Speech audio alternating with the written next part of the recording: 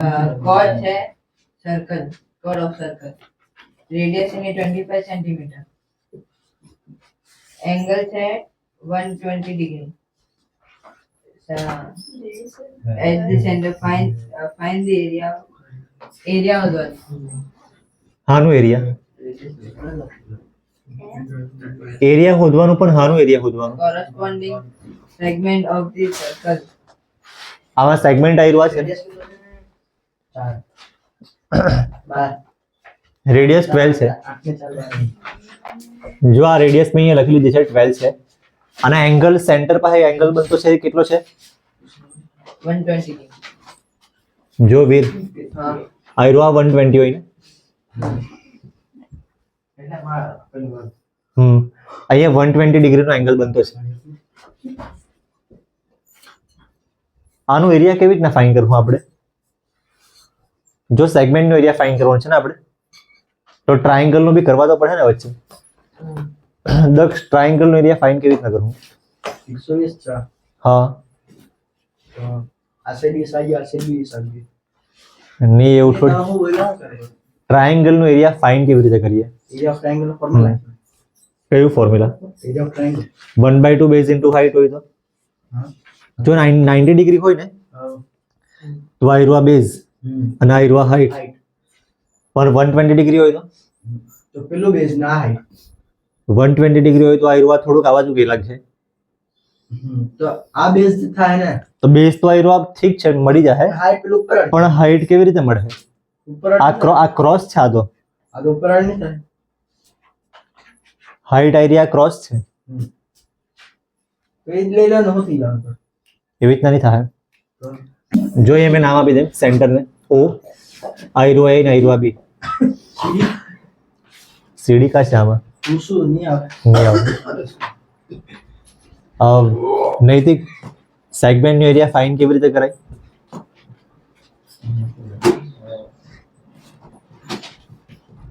Segment એટલે આયરો આ part છે. તમને આયરો આ ખબર ને?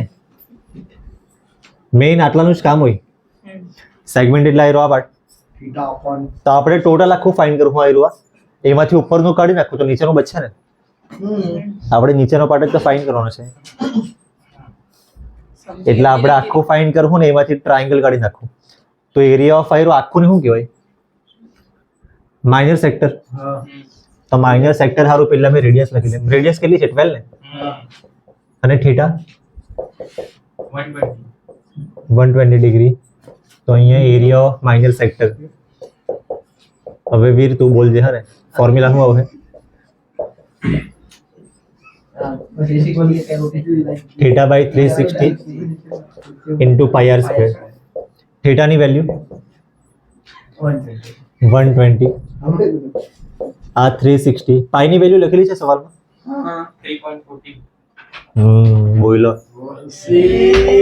बस 40 नहीं बोलते, 14 बोलते. હા ઓકે બરાબર છે. પણ હવે આર આર આર ની વેલ્યુ દક્ષ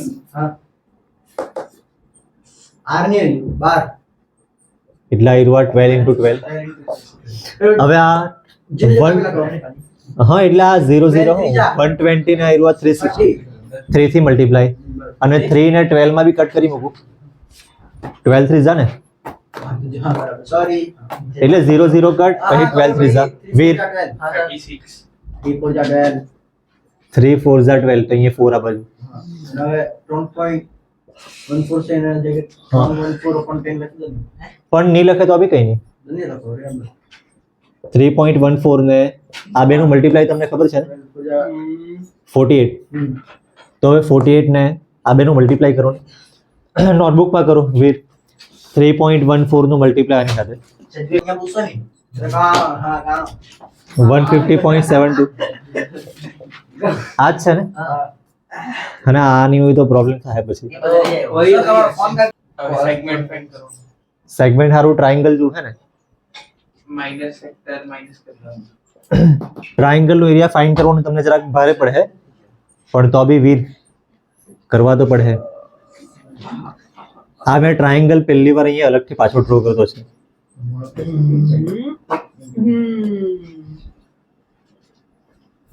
આ ટ્રાયંગલ ડ્રો કર્યો બરાબર છે યસ Yes. ટ્રાયંગલ ડ્રો કર્યો બરાબર છે જો આનું બેઝ ને હાઈટ આપણે આયરવા રાખું આયરવા બેઝ અને આયરિયા હાઈટ આપણી પાસે બેઝ બી નહીં મળે ને હાઈટ બી નહીં મળે હમણાં પણ આયરો એંગલ તમને ખબર છે ને આયરો એંગલ કેટલો છે તારું જ નામ દે આગળ. જો આયરો એંગલ છે 60 અને આ એંગલ બી છે 60 એકચ્યુઅલી 120 હતો પણ 120 ના બે ભાગ કરી નાખ્યા છે હવે આપણે ખાલી એક જ આયરો આ ટ્રાયંગલ જોઈએ તો કાઢી નાખીએ જે આયરો છે ને બ્લેન્ક તેના પરથી આપણે બધા આન્સર મળે આપણે આનું કામ છે ને અહીંયા મેં વચમાં કોઈ એક પોઈન્ટ લખી દે એમ હવે મેં આને થોડીક વાર સારું આને કાઢી નાખું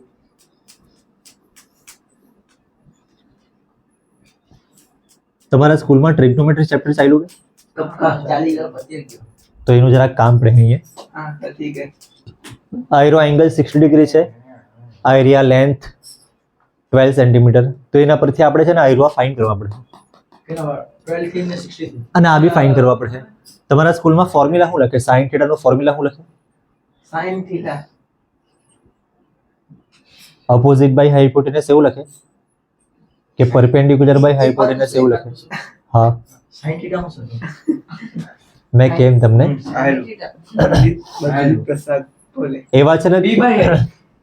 P by H જો આ સાઇન થીટા એટલે ટ્રાયંગલમાં એક એંગલ ખબર હોય અને એક સાઈડ ખબર હોય તો એના પરથી આપણે બીજી સાઈડ ફાઇન કરવી હોય ને તો એના સારું બધા ફંક્શન છે P by H લખે. થીટા એટલે આયરુઆ અને side પેલી અને સાઇન એટલે એમાં અમુક ફંક્શન છે જેનાથી આ બધી વેલ્યુ ખબર પડે બાકીની એટલે sin theta છે. હમ. P by H જો P by H જ છે P એટલે છે ને સામેની સાઈડ તો એંગલની સામેની સાઈડ કઈ છે 60 ના બને છે. હા આ 60 ના સામેની સાઈડ એરિયા AM તો આને આપણે P કહેવું હાઇપોટેનસ કયો A 12 આયરિયા 90 ડિગ્રી છે ને હાઇપોટેનસ આયરવા છે તો આનું કામ પડે અને જે બાકીનું બચ્યું ને એ altitude એલ્ટિટ્યુડ બેઝ એટલે આ બી જોઈ લેજો હવે આયરવા છે ને સાઇન થીટાનો ફોર્મ્યુલા છે ટ્રાયંગલ કયો છે આમાં મેં એ લખી લેમ OM in triangle AOM M angle O કેટલો છે એમાં angle O60 60 તો સાઇન થીટા એનું ફોર્મ્યુલા P by H છે ને તમારા સારું આયરવા થોડુંક નવું છે પણ જોઈ લેજો થીટાના બદલે છે ને આપણે 60 લખવું P એટલે આયરિયા સાઈડ AM અને H એટલે આયરિયા સાઈડ AO હવે આ તમારે અમુક વેલ્યુ યાદ રાખવા પડે sin 60 ની વેલ્યુ કેટલી આવે AM upon AU એ તો છે જ પણ આની વેલ્યુ એક નંબર બી છે આ નંબર જરા તમારે યાદ રાખવા પડે અને આપણે છે ને આખી બહુ બધી વેલ્યુ છે યાદ રાખવું એટલે આયરવા થઈ જાય AM ની વેલ્યુ આપણે ફાઇન કરવાની હતી અને AO ની વેલ્યુ અહીંયા લખેલી છે 12 દક્ષ હવે આ વેલ્યુ કેવી રીતના ફાઇન થાય એના નીચે 12 છે આ બાર ના લઈ ગયો તો 12 ના આ સાઈડ લઈ લેવું હા ઇન્ટુ માં એટલે 12 ઇન્ટુ આયરવા નંબર હા upon 2 કે 2 નીચે 12 ટકા લખીએ તો 2 ને 12 સાથે કટ કરી નાખે તો અહીંયા 6 આવે હા 6/3 એટલે 6√3 ઇઝ ઇક્વલ ટુ AM તો AM ની વેલ્યુ 6√3 આવી હા એટલે આયરિયા વેલ્યુ છે 6√3 હવે આ બી ફાઇન કરવાનું છે વીર બીજું કોઈ ફોર્મ્યુલા ખબર તને આ ચેપ્ટર એક- એક મને આવડતું છે કઈ નહીં આમાં ખાલી એક જગ્યાએ આયરવા છે ને બીજી જગ્યા છે બે જગ્યાએ ખાલી કામ કરતું છે આ cos થીટા નું એક બીજું ફોર્મ્યુલા છે B by H ના પાયથાગોરસ ભારે પડે આયરવા એક થઈ ગયું ને તો આયરવા સારું પડે થીટાની વેલ્યુ કેટલી છે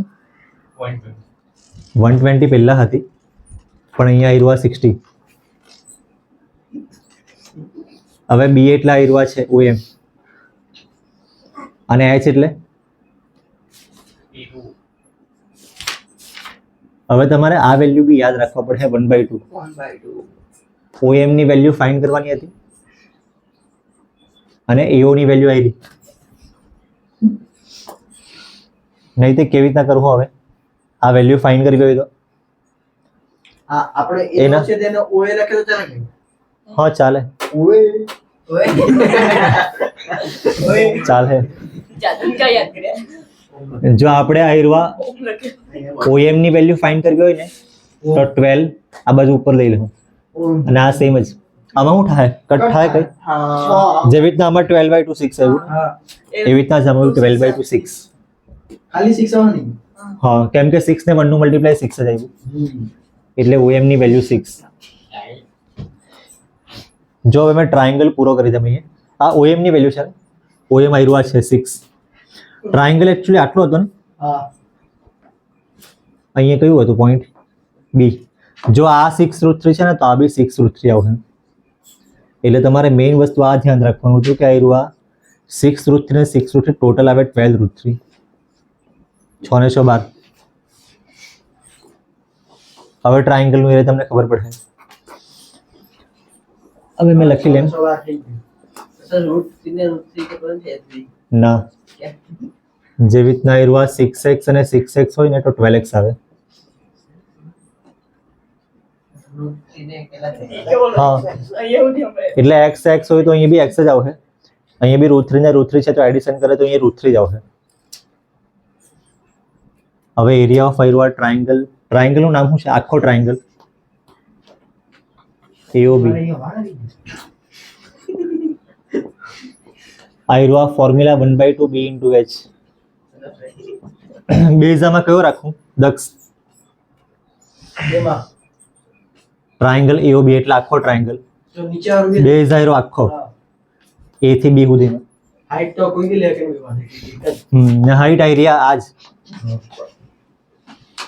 OM હવે AB ની વેલ્યુ કેટલી છે આમાં લખેલી છે કશે એબી ની વેલ્યુ AB ની વેલ્યુ 6√3 ને 6√3 ટોટલ 12√3 આવી છે એટલે મેં અહીંયા લખી લેમ 12√3 રૂટ કટ ને થાય કે ની જેવી રીતના આયરું x ને x અહીંયા x જ છે ને તો જે નંબર હોય તે જ રહી Multiply હોય ને તો- આ 6 + 6 12 આવ્યું x ને x તો x જ રહે ઓમ ની તે ખાલી પેલું 6 જ હોય આયરી 6 કટ કરી કઈ કટ થાય આયરું આ 2 ને આ 6 માં 3 3 તો હવે આ 12 ને 3 નું મલ્ટીપ્લાય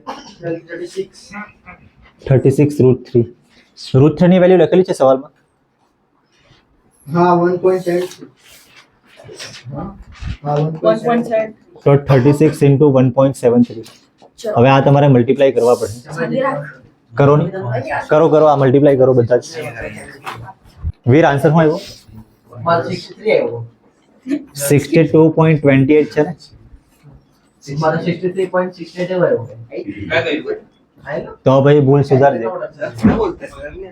યસ યસ આયરો આન્સર શું છે 62.28 હા આવી ગયો બસ તો આ જ છે જો અગાડી શું કરવાનું છે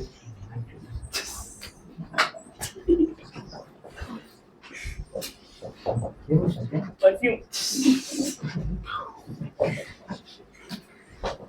ફોર્મ્યુલા બોલ ની દક્ષ જરાક આનું થીટા પર 360 નહીં. સેક્ટર ની એકચ્યુઅલી સેગમેન્ટ નું ફોર્મ્યુલા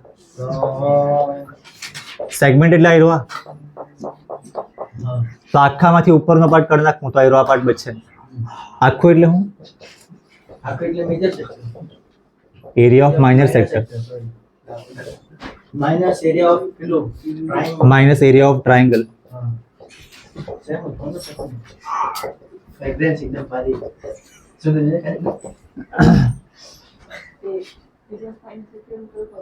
માઇનર સેક્ટર નો એરિયા આપેલું છે આમાં આયરું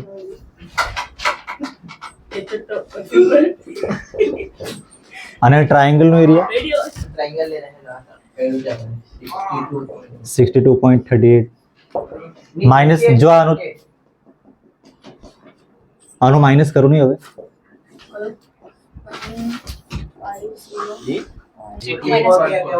प्रेग्नेंट से प्रेग्नेंट से 54 કે 44 44 સેન્ટીમીટર સ્ક્વેર